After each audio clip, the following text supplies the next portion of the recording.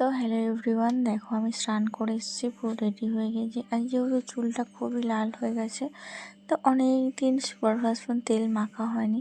তো দেখো তোমাদেরকে দেখাচ্ছিলাম। আর দেখো আমি এমন জায়গায় বসেছি, এতটা হারে রোদ যে ভিডিওটার মধ্যে আমাকে জ্বলিয়ে দিচ্ছিল। ভিডিওটার মধ্যে বলতে গেলে ক্যামেরাটা পুরো একদম জ্বলিয়ে দিচ্ছিল। তো তাও আমি ভিডিও করা বন্ধ দিইনি। সামথিং যেমনই হোক, তার মধ্যে দেখো যখন ওই প্যাকেটটাকে খুললাম, তখন দেখলাম যে 10 টাকার একটা কোলগেট পড়েছে। বাট ওটাকে আমি দেখাচ্ছি, দেখো কেমনভাবে জ্বলে যাচ্ছে। রোদটা একদম ক্যামেরার মধ্যে পড়েছে। তো তো তাও আমি বললাম যে না, তাও থাক, আমি ভিডিওটা স্টার্ট করেছি যেখানে। আর ওখানে দেখো আমার ভাসুরের ছেলে এসে কি বলছিল, তো আমি আবার দেখছিলাম আর ভালো করে তেলটাকে ফাটিয়ে নিচ্ছিলাম, তো যাতে না বসে থাকে, মিক্সড হয়ে যায়।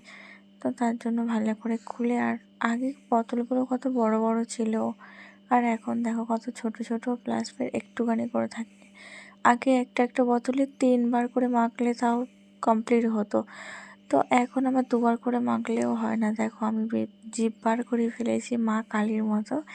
তো ওটা কিছুই না, একটু বেশি ফুলে গেছিলো বলে সামথিং জিভটা বার করেছিলাম। আর দেখো আমি কিন্তু কাউকে বলি না যে তেল মাখিয়ে দেওয়ার কথা।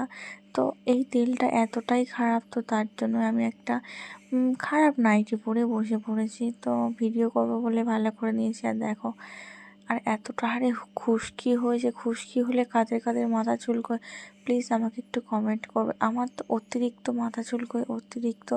আর পরে আমার মাথাটা এতটা হারে আরও তেল পড়ছে, তো কেমন চিটচিট চিটচিট করছে। আর খুশকির মতন জিনিস নেই। তো যতটা মাথায় উকুন, আমার মাথায় কিন্তু উকুন নেই, তো কিন্তু খুশকিটা হয়েছে, তো তার জন্য খুবই মাথাটা চুলকোচ্ছিল।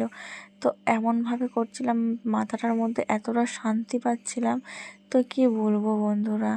দেখো আমি কিন্তু কাউকে বলি না যে আমাকে একটু তেল মাখিয়ে দাও। অনেকে বলে এই তেলটা মাখার কথা, অনেকেই বলে যে আমাকে একটু মাখিয়ে দাও, কিন্তু আমি কাউকে বলি না। আমি সামথিং যেমনই পারি তেমনই মাখি। কিন্তু দেখো একলা একলা করছিলাম।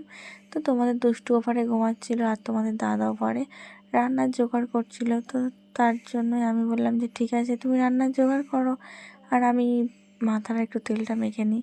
তো দাদা রান্নার জোগাড় করছে, সেই স্কিপটা নিয়েছি। তো ভিডিওটা কেউ স্কিপ করবে না, পুরো ভিডিও দেখলে অবশ্যই বুঝতে পারবে।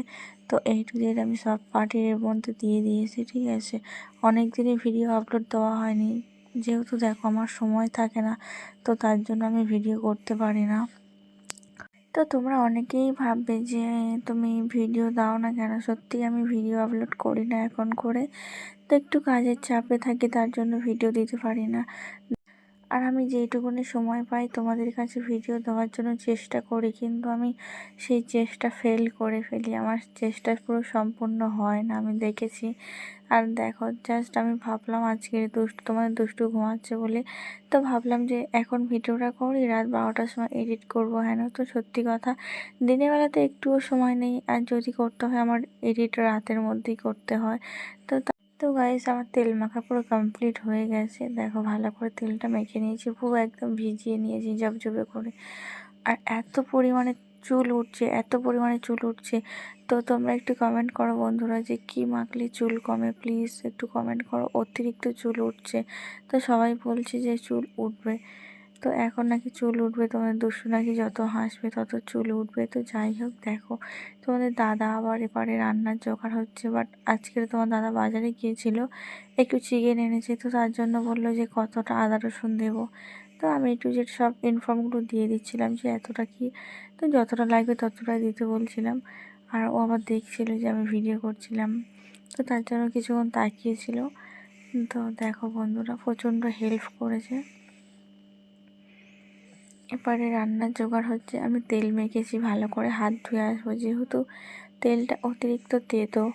তো তার জন্য ভালো করে হাত ধুয়ে আসবো, এসে আবার রান্নার জোগাড় করতে হবে।